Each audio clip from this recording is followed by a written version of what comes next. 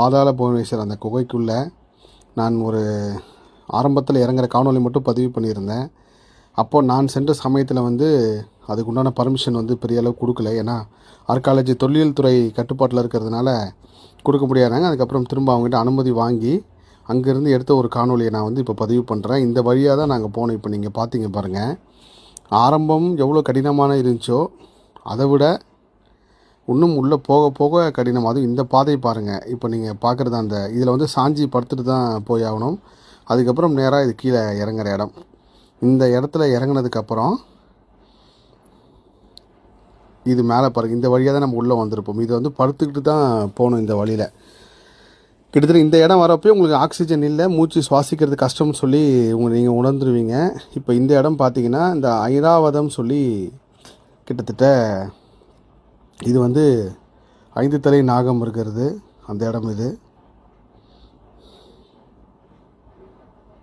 இதான் அந்த ஹோம குண்டம் வளர்த்தது. இதில் அந்த வாசுகி பாம்பும் எவ்வளோ எல்லா பாம்புகள் அழிஞ்சாலும் இந்த ஒரு சில பாம்பு மட்டும் அழியலைன்னு சொல்லுவாங்க. அந்த வாசுகி பாம்பு அந்த இருக்கிற இடம். இது முன்னாடி சொன்னால் இந்த ஐராவதம் 1000 கால் கொண்ட யானையோட கீழ் நீங்கள் நல்லா போய் பார்த்தீங்கன்னா எல்லா யானை கால் மாதிரி எல்லாரோட அந்த ஒரு படிவம் இருக்கும். அது ஒரிஜினலாக மலையிலேருந்து இப்படி ஒரு கல் உருவானதுக்கு வாய்ப்பே கிடையாது. யானை கால் மாதிரியே இருக்கும். அப்படியே பார்த்தீங்கன்னா இதில் ஒரு இடத்துல சிவபெருமானோட கமல குண்டலம் இருக்குது. அந்த ஒரு குண்டம் அது ஈஸியாகவே தெரியும் நம்ம பார்க்குறப்போ.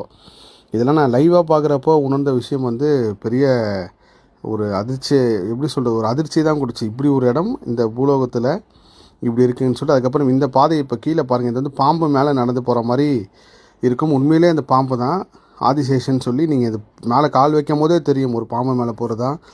இந்த இடம் பார்த்திங்கன்னா விநாயகப் பெருமான் அந்த தலையை வெட்டினதுக்கப்புறம் அவரோட தலைக்கு மேலே இந்த துணி போட்டு மூடி வச்சுருங்க. இதுக்கு மேலே அந்த பிரம்மகமலன் பூ அங்கேருந்து அந்த தண்ணி சொட்டு சொட்டாக உழுந்துகிட்டே இருக்கும் அந்த இடம் இது.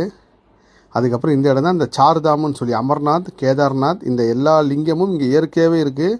அதுக்கு மேலே ஒரு பாம்பு படம் எடுத்துருக்கிற மாதிரி இருக்கும். இது உண்மையிலே ஒரு பெரிய ஆச்சரியத்தை கொடுச்சு அந்த இடத்துல.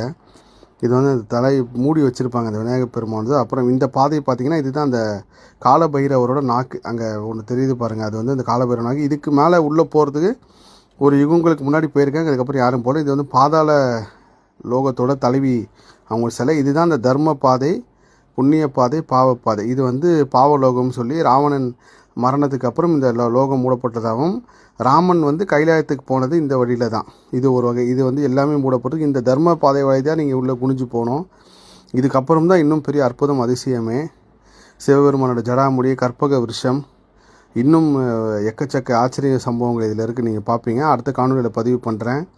இதை உண்மையிலே உங்களுக்கு பதிவு செய்கிறதுல நான் மிகுந்த சந்தோஷமும் மகிழ்ச்சியும் அடைகிறேன். ஏன்னால் தமிழ்நாட்டில் இந்த காணொலி மக்களுக்கு போய் சேருதுன்றது ஒரு பெரிய மனநிறைவு. இது எல்லாத்துக்கும் காரணம் முருகப்பெருமான் தான். எல்லா புகழும் முருகனுக்கே.